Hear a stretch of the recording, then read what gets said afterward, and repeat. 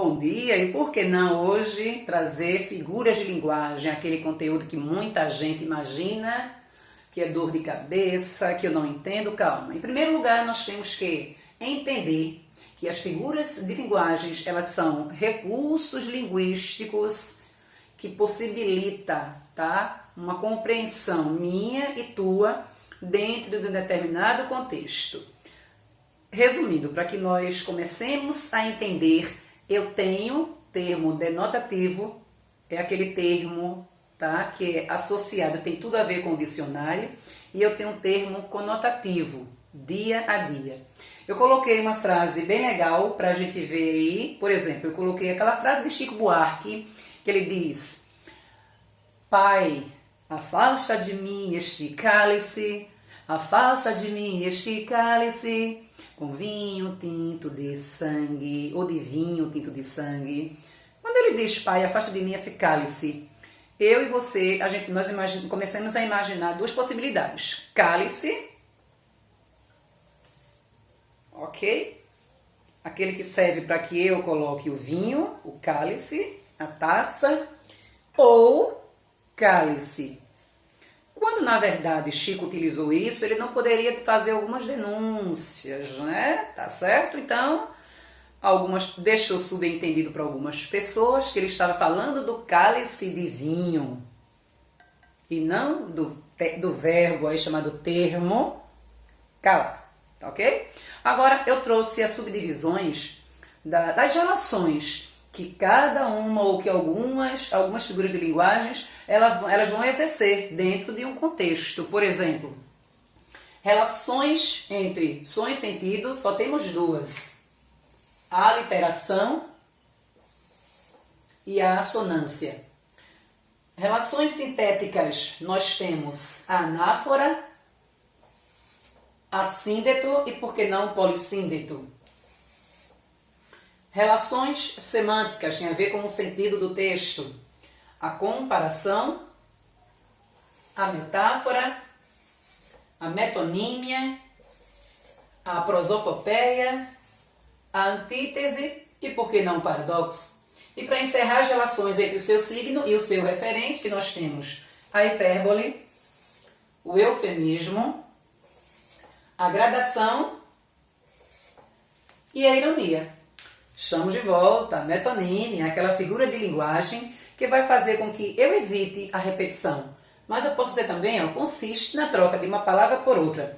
E a metonímia tem algumas subdivisõezinhas que se encaixam com ela, para que a gente entenda por um todo, tá certo?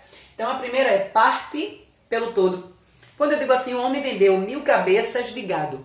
Ao invés de o homem vendeu todo o gado, eu utilizei apenas as cabeças. Então é a parte pelo todo, tá? Autor pela obra, por exemplo, um Picasso, ele vale uma fortuna.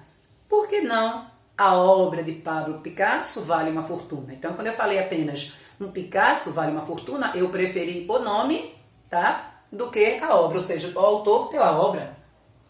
Continente pelo conteúdo, quando eu digo assim, beberam toda a taça de vinho. Como assim? Alguém consegue beber uma taça?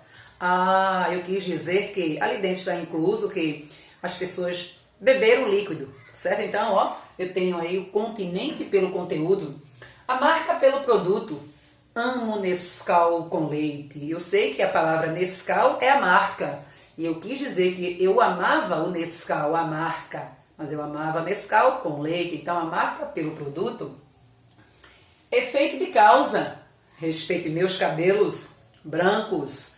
Tá? Na verdade, a Jali já está dizendo tudo, né? Respeite a minha idade, eu sou maior, mais velho que você, tá certo? Então, respeitar os meus cabelos brancos é ter respeito por uma pessoa que seja mais velha que eu. Causa pelo efeito. Consegui, quando eu falo, eu consegui muitas coisas com o meu suor. Ao invés da palavra trabalho, eu disse eu consegui muitas coisas com o meu suor. De volta, dessa vez, metáfora, comparação e, por que não, a hipérbole. Vê só, antes de mais tudo, eu tenho que observar alguns termos parecidos entre a metáfora e a comparação. Enquanto um é implícito, a metáfora, o outro é explícito. Por exemplo, a metáfora é aquela espécie de comparação onde alguns termos eles são implícitos, eles estão no meio daquela frase, daquele enunciado. Por exemplo, Júlia é como uma flor. Observa que o termo tal ou como veio ali para me lembrar que é apenas uma metáfora, ou seja, o termo está implícito, ok? A comparação não. A comparação é uma comparação mesmo entre dois ou mais termos e ela vai deixar claro quando ela compara um elemento a outro. Por exemplo, a vida vem em ondas como o mar. Ó, a vida vem em ondas como o mar. Comparando, né? Estou comparando a minha vida com as ondas do mar. Ora tranquila, ora barulhenta, ou então ora nervosa, agitada, tá? E a hipérbole. Há um exagero, né? Quando eu falo algo exagerado, tá? Por exemplo, exagerado, jogado a seus pés, eu sou mesmo exagerado, adoro um amor inventado.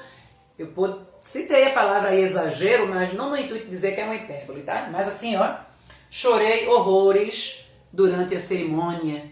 Então, quem é que vai chorar horrores? Ou então, morri de rir. Eu, você, alguém morrer de rir. Há um exagero, tá certo? Obrigada, por hoje é só.